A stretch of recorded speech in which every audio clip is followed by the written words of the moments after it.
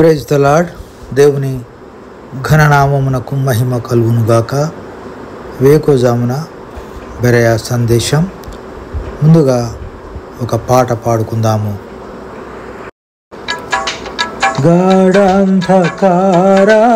లోయాలయందు పడియుండి నేను సంచారించినాను. గాఢాంధకార లోయాలయందు పడియుండి నేను సంచారించినాను. తోడైయుందు నీ దుడ్డుకర, తోడైయుందు నీ దుడ్డుకర, దండముతో నీ వాదారించెదవు, దండముతో నీ వాదారించెదవు. నీవే యెహోవా నా కాపరివి, నీవే యెహోవా నా కాపరివి, నాకేమి కొదువా లేదిలలోన, నాకేమి కొదువా లేదిలలోన, నాకేమి కొదువా లేదిలలోన. ఈనాటి దేవుని వాగ్దానపు వాక్యాన్ని చదువుకుందాము. సామెతల గ్రంథము 3వ అధ్యాయము 26వ వచనం.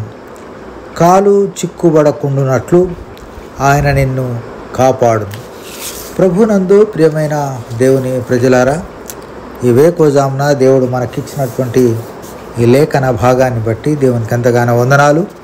మీ అందరికీ ఉదయకాల సమయంలో వందనములు, శుభములు తెలియజేస్తూ ఉన్నాను.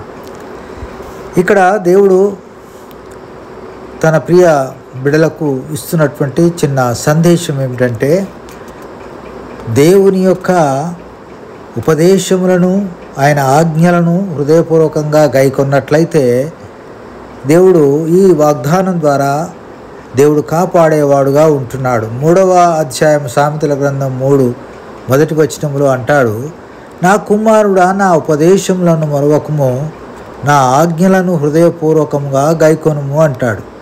అలా చేసినట్లయితే నేను నిన్ను కాపాడుతాను, నీకు ఎలాంటి ఇబ్బందులు రావు అనేటువంటి విషయాన్ని గుర్తుకు చేస్తూ ఉన్నాడు లేఖన భాగాలలో. 91వ కీర్తనలో కూడా ఏమంటాడంటే, నీ మార్గములన్నిటిలో నిన్ను కాపాడును, ఆయన నిన్ను గూర్చి ఆయన దూతలకు ఆజ్ఞాపించును అంటాడు. అలాగే 121 కీర్తన 3వ వచనంలో, ఆయన నీ పాదమును త్రొట్టిల్లనీయడు, నిన్ను కాపాడువాడు కునుకడు నిద్రపోడు అని అంటాడు.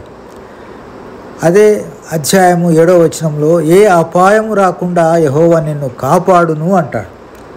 ప్రియమైన దేవుని ప్రజలారా, మనం ఈ వేకోజామున దేవుని యొక్క ఉపదేశమును, ఆయన యొక్క ఆజ్ఞలను హృదయపూర్వకంగా మనం కూడా గైకొనినట్లయితే దేవుడు మనకు తోడుగా ఉంటాడు. పై వాక్య భాగాలన్నీ మన జీవితంలో నెరవేరుస్తూ వస్తాడు.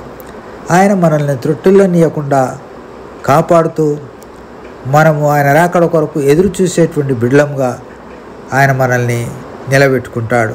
కనుక అట్టి జీవితము మనము జీవించుదుముగాక.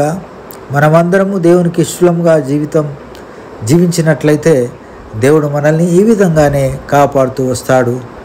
మనకు ఎలాంటి అపాయము రాదు.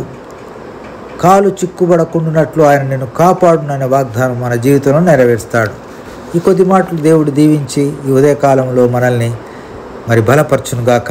ప్రార్థన చేసుకుందాం. ప్రేమ కలిగిన మా ప్రియ పరలోకపు తండ్రి, మహోన్నతుడా, నీవు మాకు ఇచ్చినటువంటి నీ యొక్క వాక్యాన్ని బట్టి వందనాలు. నీ చట్టాన్ని బట్టి, నీ యొక్క ఆజ్ఞలను బట్టి, నీ ఉపదేశాలను బట్టి స్తోత్రములు చెల్లిస్తుంటున్నాం.